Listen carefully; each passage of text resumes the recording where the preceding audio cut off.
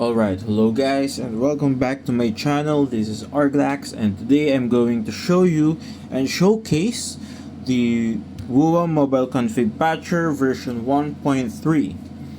So if you still have an older version 1.2 or maybe 1.0 or 1.1 and you can't find the auto update function just beside the patch notes section, the exclamation point one, all you have to do is just to go to the GitHub repo.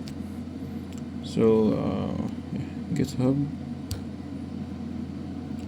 and then search for the releases. Oh sorry, let me just go to home. There, from the mobile WuWa config, go to the releases, then look for the tool version 1.3. So click that and there you go. So let me just do a quick read for this. So I integrated a lot of quality of life improvements here. So I did do some collapsible cards so your UI is not very cluttered. Then there I redesigned the layout and I added some options that may be useful for config tweeters and event creators. So there's an extract client log now and also a delete logs folder for those who would like to report that their client log is undecryptable. So yeah, it's just an easy fix there, and there is now a support section that you will see later, as well as improvements from the preset selectors.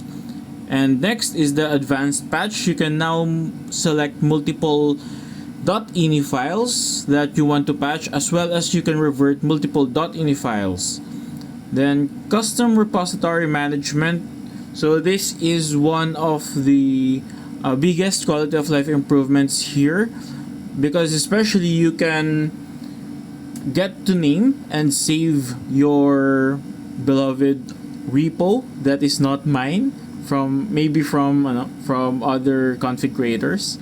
So yeah, other updates, I just fixed some bugs and something there. So yeah, let's download this APK. So download anyway. Okay, it's done. So where is it? Alright, hold on. Okay, I found it. So just click update.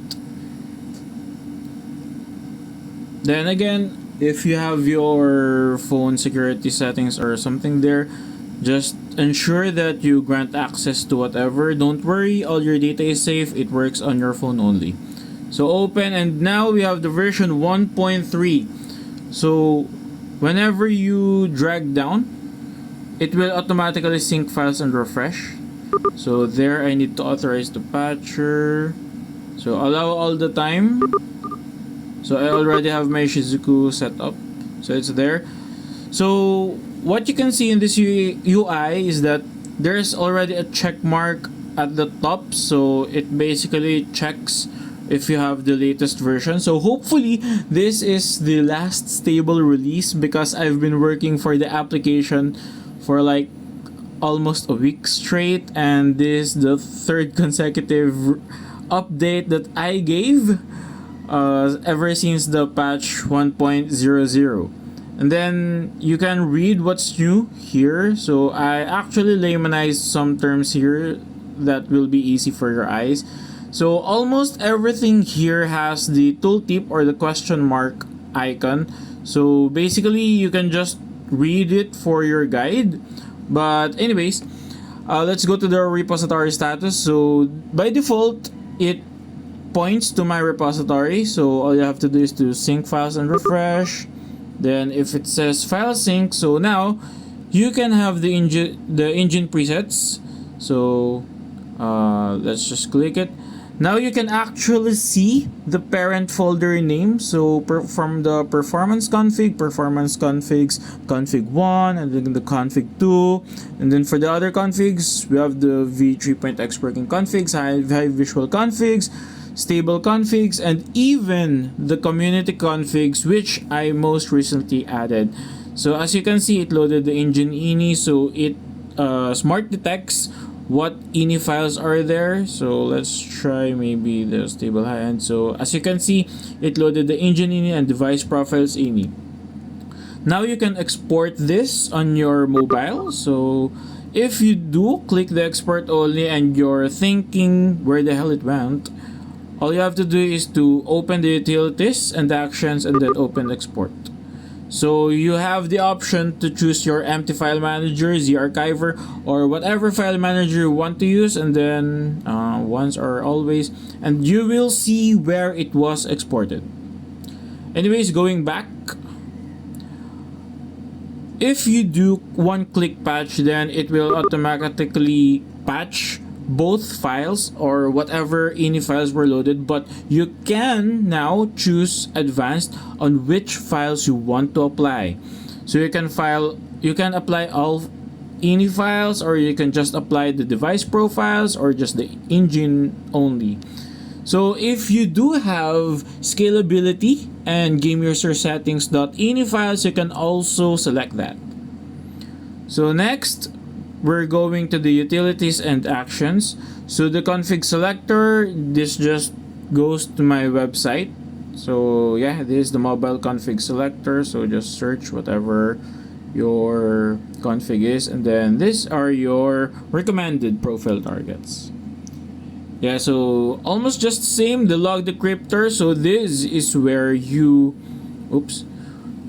actually decrypt your client logs. So I did have a different showcase for this, so just find it on my YouTube channel.